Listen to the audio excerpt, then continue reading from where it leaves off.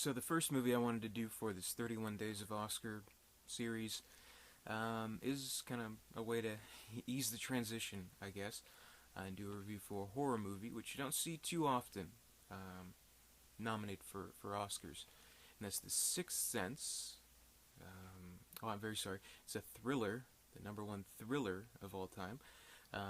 But yeah, I mean, if I can echo the sentiment of Eli Roth, everyone's favorite director, when he did commentary, 500 commentaries for Cabin Fever, and one of his 500 tangents that he went on. The second a movie like this goes over $100 million, all of a sudden it's a thriller, not a horror movie. Basic fact is this movie scared the shit out of me. You can call it a thriller, drama, which it is, horror. It has ghosts, it's scary, keeps me up at night, turning on all the lights. It's a horror movie, basically. Which, again, you don't see too often nominated for Oscars, which is kind of cool that this movie was nominated for Best Picture. And really, you got to kind of remember back, like, this was a huge movie. Like, it really was. It was just a phenomenon. Everybody saw this movie. Everybody was talking about it. And, of course, the huge twist. And, you know, I don't want to make the assumption that everybody's seen this movie, everybody knows the twist, because it is 15 years old. I know, right? It feels like this movie came out last Thursday, let alone 15 years ago. Oh my god. But I just want to let you know there will be spoilers in this review, so I spoil the surprise, secret, super shocking ending, so please keep that in mind. If you have not seen this movie, if you do not know the twist, please stop watching this video and pick up a copy, rent this, buy it, check it out, and you will be blown away. But yeah, basically, the twist was mainly what a lot of people were talking about, because it was really well done, and it took a lot of people by surprise, and that's kind of what everybody was talking about. Of course, basically, I'll just get right into it. Bruce Willis is a ghost the whole time. It's about a kid who can see ghosts. His therapist is Bruce Willis. He's trying to help him. Boom, he's a ghost. Oh my god, what a twist. But the thing is, like, about this movie, and I do like to revisit it every couple of years just to kind of see how well it holds up. And so far, it's always held up really well. Because you kind of go through it, like, if you watch it enough times, you do go through certain stages of the experience of watching this movie. Like, the first time, if you watch it, if you have not had it spoiled for you, hopefully you haven't, you're obviously taken by surprise by the huge twist.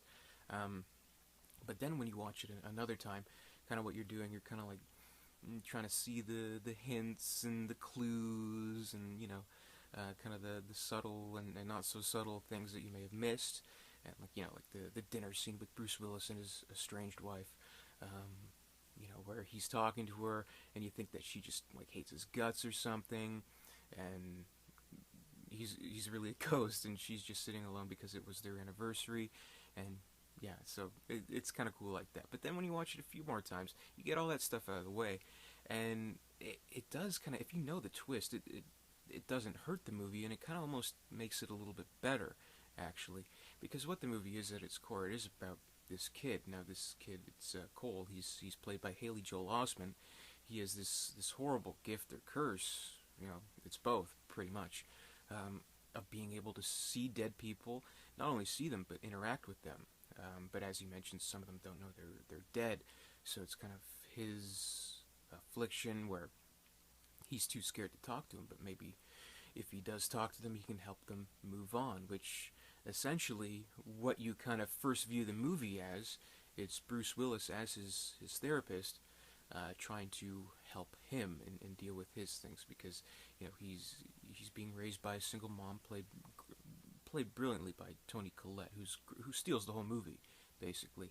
And he is the weird kid at school. People make fun of him, and torture him basically, and do really, really mean and cruel things to him, and just kind of doing their sessions and trying to help him. But then you kind of realize, well, without Cole knowing, he's actually helping the Bruce Willis character in his transition to kind of move on to the next level to, whatever it is, like, unfinished business and self-realization.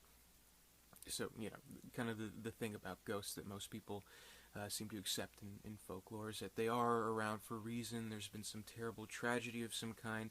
They need some kind of catharsis. And so, kind of what the movie does, and it's very beautiful in the way that it does it. It's both these characters, Bruce Willis, Haley Joel Osment, and their sessions together, and them learning from each other, achieving each of their own catharsis, and kind of moving on from what's troubling them in life, and you just kind of wonder, like, who's helping who, really. So, and it's both, and it's really beautiful and nice, and it does really work, not as just a very scary movie, like, oh my god, there's some parts in this movie, like, where he sees the little girl who's, like, throwing up, oh my god, but then, like, he helps her, and that's nice, and, you see him at the end kind of accepting this curse as a gift, and using it to help, and that's nice, and obviously, this was back in 1999. M. Night Shyamalan came out of nowhere. Everyone was saying he's the next huge director. He's, whatever. He was nominated for Best Director for this movie. And for a screenplay. The film was nominated for Best Picture. Haley Joel Osment was nominated for Best Supporting Actor. Toni Collette, Best Supporting Actress. Bruce Willis, he wasn't nominated, but he does a great job. I think this is one of his best roles. You do kind of see him more as an action star, Die Hard, of course, and a million other movies. But when he has the right scripts, when he, hits the right kind of determination as an actor, he can pull off a brilliant, dramatic performance, which is what he does in this movie. And his character is all the more tragic when you do go into it knowing about what the reality is and kind of what he has to accept and move on. And it's an emotionally involving movie, and you don't see that too much from a horror movie.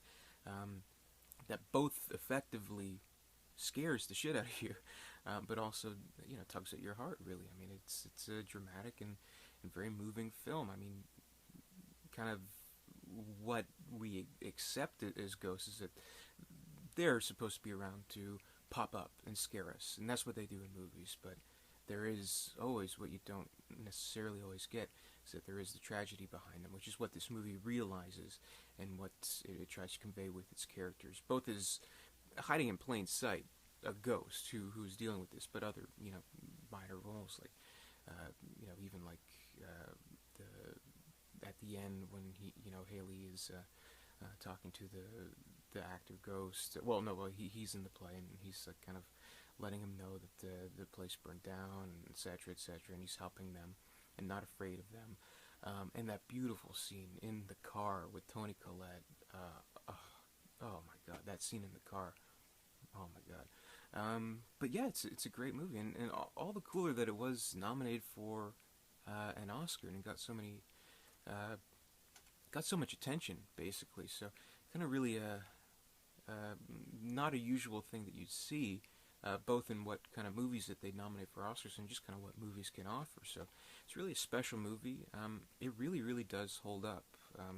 So it's definitely not one of the cases where it's like, okay, once you know the twist, that's pretty much it. You can get rid of it. No, there's a reason why this did originally get so much attention, and while it's still hailed as a classic today, and I'm sure it will for another 15 years, and another 15 years after that, and so on and so on. Definitely a notable movie, definitely a great movie, and yeah, I just love it, and definitely holds up after all this time. So yeah, that's my review.